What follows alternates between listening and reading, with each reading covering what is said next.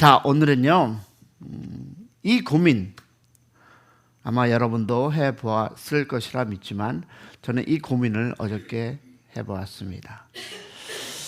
자, 우리는 서로를 잘 대접하기를 원하는데, 우리가 하나님을 잘 대접하는 오늘 법을 한번 여러분과 내가 나눠보는 시간 되기 원합니다. 아주 귀중한 타이틀이지만 더 중요한 것은 이 말씀 안에서 우리가 어떻게 하나님을 대접할 수 있을까라는 답을 듣고 돌아가는 오늘 여러분의 하루가 되기를 소망합니다. 한 구절입니다. 누가복음 18장 9절 한 목소리로 우리 주님의 음성을 듣는 여러분 되기를 소망합니다. 시작. 또 자기를 의롭다고 믿고 다른 사람을 멸시하는 자에게 이 비유로 말씀하시되, 조금 이따 더 말씀을 읽을 텐데요, 우리가 사람을 대접하는 데에도 방법이 있습니다. 자, 생각해 보시기 바랍니다. 형식만 갖추고 그러나 마음이 없다면 그 대접은 오히려 상처가 될 수 있습니다. 뭐 저래, 대접하는 마음이 하나도 안 보여 라고 그 사람의 마음에 상처를 가질 수 있습니다. 자, 또 이렇게 한번 해볼게요. 말은 아주 정중했습니다. 그런데 상대가 귀를 닫고 있다면 그 만남은 진짜 대접이 아닙니다. 여러분 잘 아시는 에브라함 링컨이 노예 폐지를 가지고 논의할 때 정치인들이 이렇게 얘기했습니다. 대통령의 뜻은 존중합니다. That's a great idea. 우리가 정말 귀한 의견입니다. Let us think. 고민해 보겠습니다.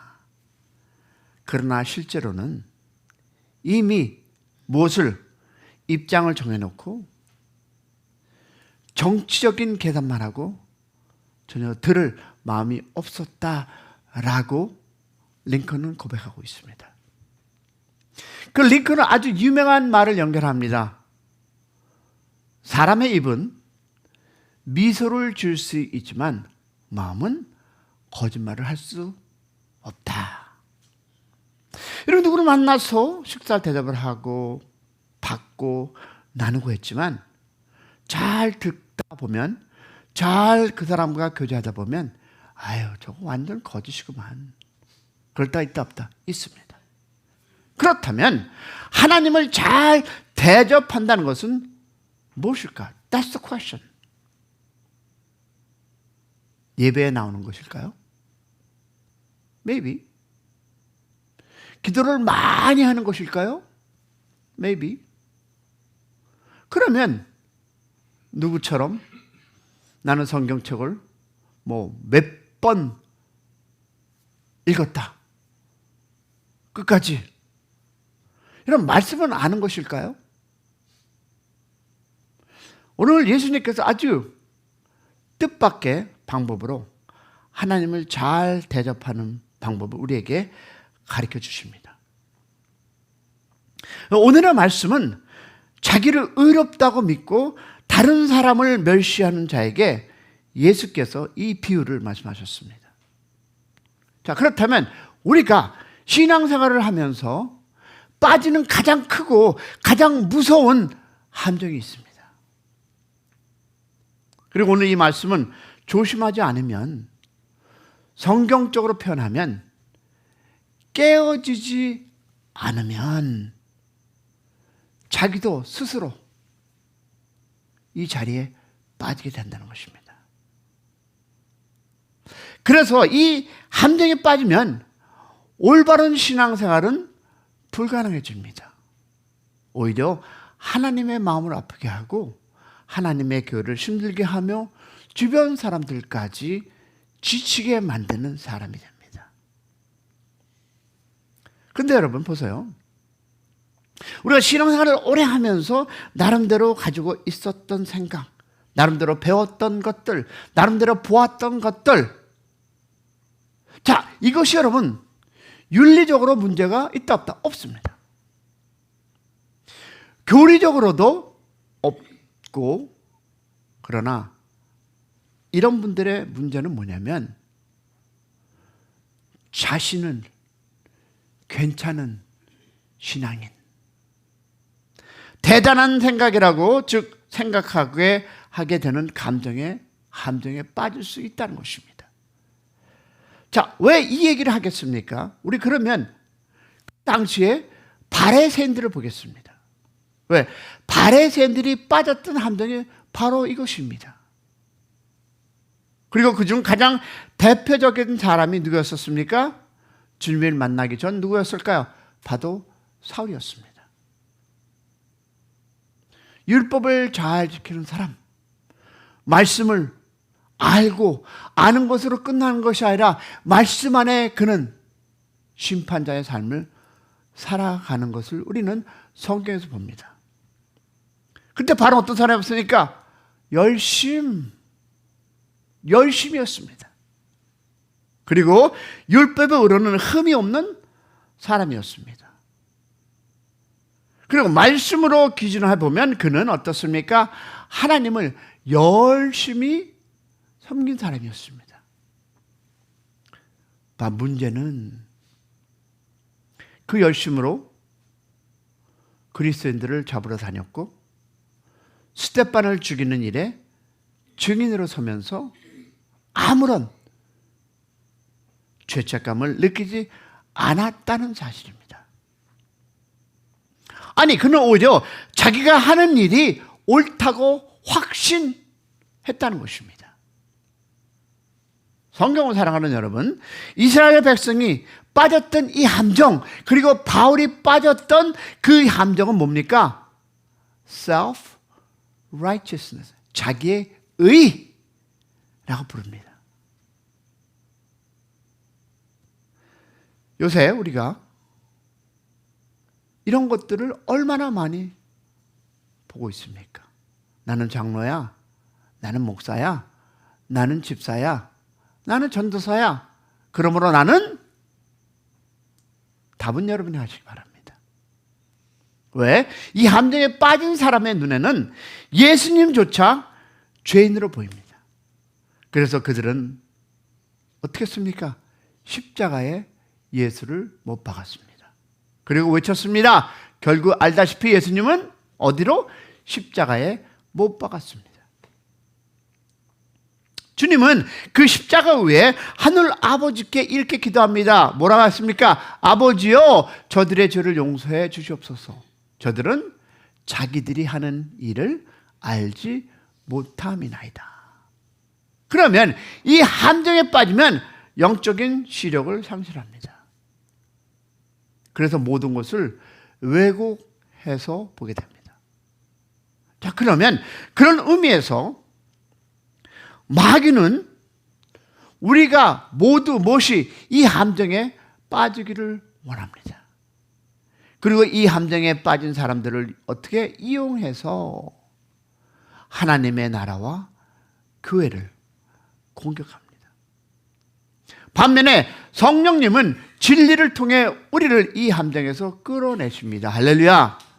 자, 그러면 여러분에게 한번 질문해 보겠습니다. 왜 우리는 이 함정에 이렇게 약할까요? 성경은 이 질문에 대한 분명한 답을 줍니다. 로마서를 볼 텐데요. 다 같이 보겠습니다. 시작. 율법 없는 이방인이 본성으로 율법의 일을 행할 때는 이 사람은 율법이 없어도 자기가 자기에게 율법이 되나니 그 양심이 증거가 되어 그 생각들이 서로 고발하며 혹은 변명하며 그 마음에 새긴 율법의 행위를 나타내느니라. 성경이 뭐라고 얘기합니까? 모든 사람의 마음속에서는 무엇이 임의입니다. 이미 율법이 새겨져 있다고. 자, 그러면 우리는 나름대로 나이를 좀 먹었습니다. 한번 우리 보겠습니다. 그리고 생각해 보겠습니다. 자, 우리가 살아가면서 율법주의자가 되는 것이 아니라 언제부터요? 태어날 때부터 율법주의자라는 것입니다. 그런데 우리가 가만히 자신을 돌아보면 나이가 든다는 것은 마음에 새긴 그 율법이 점점 강해지는 과정이라는 것입니다. 반복적인 고발과 참소, 송사와 변명의 삶을 살아가는 것입니다. 나이가 들면 들수록 내 인생을 살아가는 것, 그 스탠드를 가지고 그것을 내가 율법을 만들어서 상대를 어떻게 정죄하고 비난한다는 것입니다. 어렸을 때는 그것이 그나마, 그런데 나이가 들면 들수록, 하나님을 알면 알수록, 교회 생활을 하면 할수록 나는 어떻다? 그 나의 율법을 가지고 상대를 비난, 정죄한다는 것입니다. 혹시 이것이 우리가 아닐까요? 그리고 그 삶의 방식은 주님을 만나도 사라지지 않고 여전히 우리 안에 남아 있다는 것입니다. 보세요. 예수님은 바리새인을 향해 말씀하셨습니다. 뭐라고 했습니까? 독사의 자녀들아. 아니, 그들은 하나님의 말씀을 상고하고 하나님의 뜻을 살아가고 하나님의 말씀 안에서 거하고 하나님의 말씀 안에서 행동하고 실천했는데 왜 독사의 아들들아? 라고 했을까요? 그러나 세리와 창기를 만났을 때에는 그들과 함께 식사하셨습니다. 여러분, 이 장면은 많은 질문을 던집니다. 바리새인들의 입장에서는 보면 도무지 이해할 수 없는 행동들이었습니다. 전에도 한번 말씀드렸는데, 여러분, 유치장에 형무소에 갇힌 사람들은 그들이 자기들이 죄인이라고 인정합니다. 근데 우리는 어떻습니까? 양복 입었습니다. 멋있게 화장하고 교회 왔습니다. 혹시 우리는 내가 죄인이라고 생각하며 살아오고 계십니까? 그래서 사람들은 어떻습니까? 예수님을 공격합니다. 그렇다면 예수님의 기준이 무엇이었을까요? 분명한 것은 예수님의 기준이 윤리적인 기준은 아니었다는 사실이었습니다. 목사님은 이렇게 옷을 입어야 되고 뭐 등등 윤리적인 것. 그러면 윤리적이었다면 바리새인과 친구가 분명히 예수님은 되었을 것입니다. 그죠? 근데 오늘 본문을 보니까 두 사람이 나오는데요. 한 사람은 누굽니까? 바리새인. 다른 한 사람은 세리입니다. 바리새인들은 어떤 사람입니까? 기도하는 사람. 근데 여러분, 그들의 기도는 기도가 아니라 자기 자랑이었습니다. 무슨 자랑이야? 나는 얼마를 금식을 하고, 나는 몇 번을 예배드리고, 나는 이때 이렇게 하고 저 시간대 저렇게 한다는 무엇이다? 바리새인, 즉 자기 자랑이었습니다. 근데 반면에 세리는 어떻습니까? 자기가 죄인임을 인정합니다. 그에게는 자기의 의가 없었습니다. 여러분, 이것이 결정적인 차이였습니다. 마가복음 2장 16절 17절을 보면 이렇게 써 있습니다. 다 같이 시작. 건강한 자에게는 의사가 필요 없고 병든 자에게야 쓸데가 있으니라. 나는 의인을 불러러 온 것이 아니요 죄인을 불러러 왔느니라. 믿으십니까? 자, 그러면 우리 이렇게 한번 이야기해 보겠습니다. 제가 어느 교회에 부흥 강사로, 설교자로 초청받았습니다. 그러면 나를 제일 잘 대접하는 방법은 뭡니까? 비싼 음식 사주는 거? 좋죠. 근데 여러분, 저를 제일 잘 대접하는 것은 무엇이냐면 음식을 대접하는 것이 아니라 제 설교를 경청하는 것입니다. 왜? 내가 그곳에 간 것은 그들에게 하나님 말씀을 통해서 변화되는 역사, 그러면 그들이 말씀을 듣고 변화되는 그 모습, 이 교회의 모습도 그렇지 않을까요? 우리가 새벽 예배하면서 음식 먹고 할렐루야. 그러나 여러분이 어떻게 이 말씀을 듣고 변화되느냐, 이것이 바로 to respect me 하는 것입니다. 그것이 경청하는 것입니다. 왜냐하면 제가 그 자리에 간 목적은 뭡니까? 밥이 아니라 말씀 때문입니다. 할렐루야. 그러면 그런 의미에서 바리새인은 예수님을 잘 대접한 사람이 아니라는 것입니다. 반면에 세리는 윤리적으로는 문제가 있었지만 자기의 죄를 인정함으로 예수님을 가장 잘 대접한 사람이었습니다.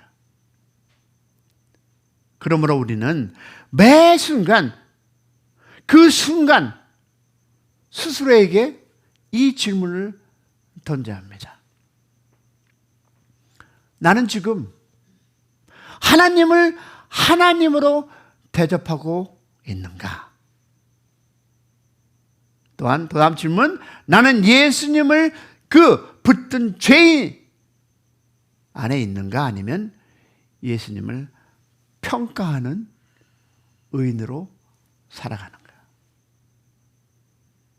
사랑하는 여러분, 하나님을 잘 대접하는 길은 자기의 의에 쌓는 길이 아니라 자기의 의를 내려놓고 주님 은혜 안에 서 있는 것입니다. 믿으시면 아멘. 오늘 한번 말씀을 생각하면서 제가 먼저 기도할 텐데요. 여러분의 마음을 한번 돌아보시기 바랍니다.